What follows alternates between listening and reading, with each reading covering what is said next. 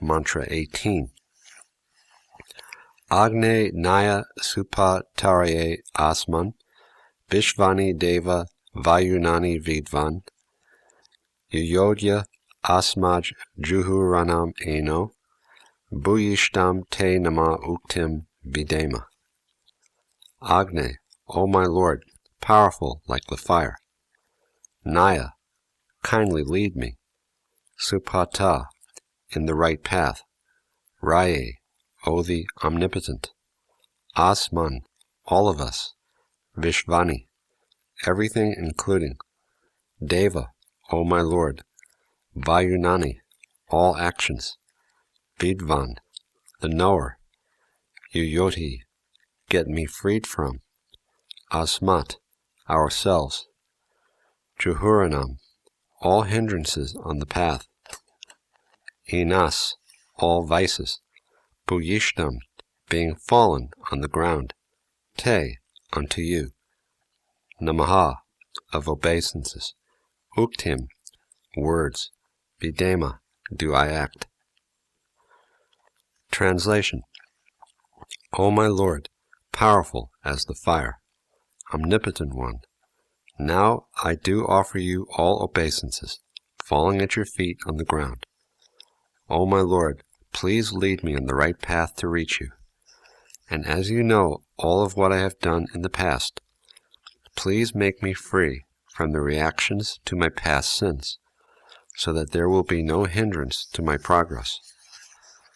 Purport. This surrendering process and praying for the causeless mercy of the Lord leads the devotee progressively on the path of complete self-realization. The Lord is addressed as the fire because he can burn anything into ashes, including the sins of the surrendered soul. As described in the previous mantras, the real or ultimate aspect of the Absolute is his feature as the personality of Godhead. His impersonal feature of the Brahmajyoti is a dazzling covering over the face of the Lord. Fruitive activities, or the karma-kanda path of self-realization, is the lowest stage in this endeavor. As soon as such activities become even slightly deviated from the regulative principles of the Vedas, such activities are transformed into vikarma, or acts against the interest of the actor. Such vikarma is enacted by the illusioned living entities, simply for sense gratification, and thus such activities become hindrances on the path of self-realization. Self-realization is possible for the human form of life, but not for other forms. There are 8,400,000 species or forms of life, of which the human form, with the qualifications of Brahminical culture, presents the only chance to obtain knowledge of the transcendence. Brahminical culture means truthfulness, controlling the senses, forbearance, simplicity, full knowledge, full faith in God, and not to become simply proud of one's high parentage. To be the son of a Brahmin is a chance to become a Brahmin, just as being the son of a big man is a chance to become a big man. But such a birthright is not everything, because one still has to attain the Brahminical qualifications for himself.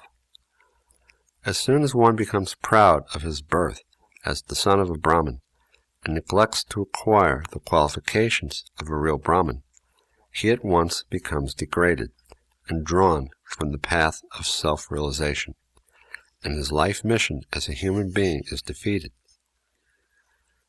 In the Bhagavad Gita, it is assured us by the Lord that the Yoga-Bhrashtas, or souls fallen from the path of self-realization, are given a chance for rectification by taking birth either in the families of good Brahmins or in the families of rich merchants.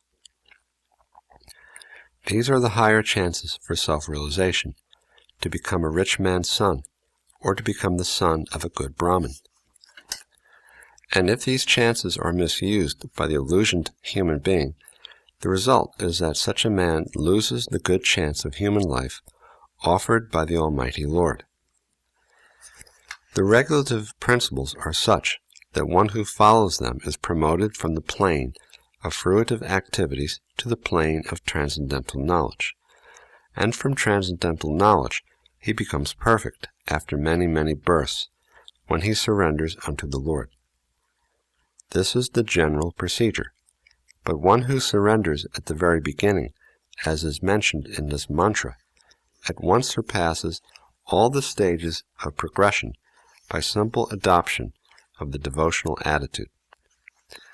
As is stated in the Gita, the Lord at once takes charge of such a surrendered soul and makes him free from all the reactions to his sinful acts. In the karma kanda activities there are many sinful actions, and in jnana kanda, the path of philosophical development, the number of such actions is less. But in devotional service to the Lord, the path of bhakti, there is practically no chance of sinful reactions. One who is a devotee of the Lord attains all the good qualifications of the Lord himself, not to mention becoming a Brahmin.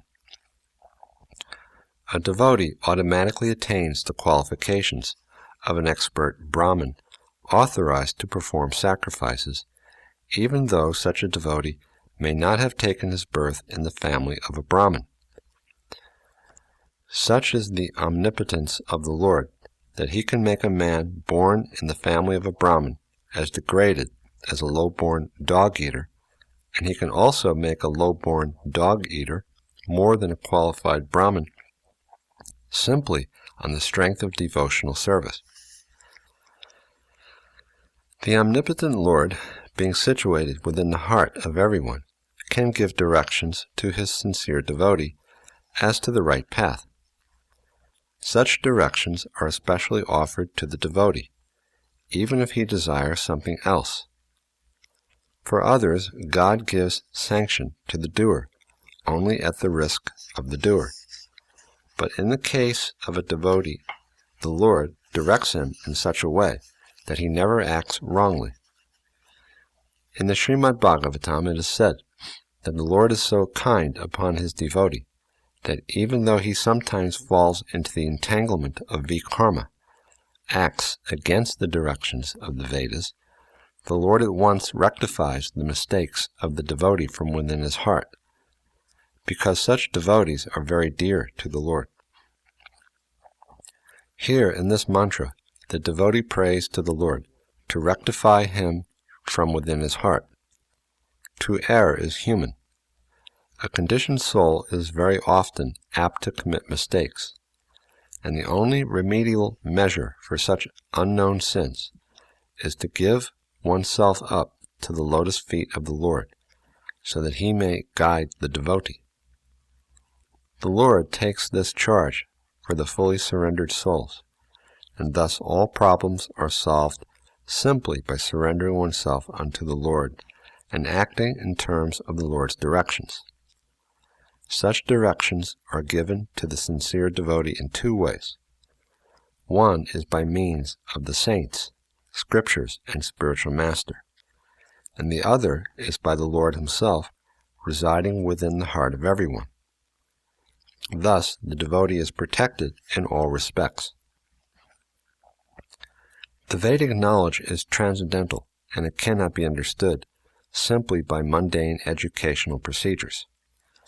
One can understand the Vedic mantras only by the grace of the Lord and the spiritual master. If one takes shelter of a bona fide spiritual master, it is to be understood that he has obtained the grace of the Lord. The Lord appears as the spiritual master for the devotee, and so the spiritual master, the Vedic injunctions, and the Lord himself, from within, all guide the devotee in full strength, and there is no chance of such a devotee falling again into the mire of material illusion. The devotee, thus protected all around, is sure to reach the ultimate destination of perfection. The whole process is hinted at in this mantra of Sri Isopanisad, and the Srimad Bhagavatam still further explains this. Hearing and chanting of the glories of the Lord are themselves acts of piety. The Lord wants everyone to do this, because He is the well-wisher of all living entities. And by practicing this hearing and chanting of the glories of the Lord, one becomes cleansed of all undesirable things within himself.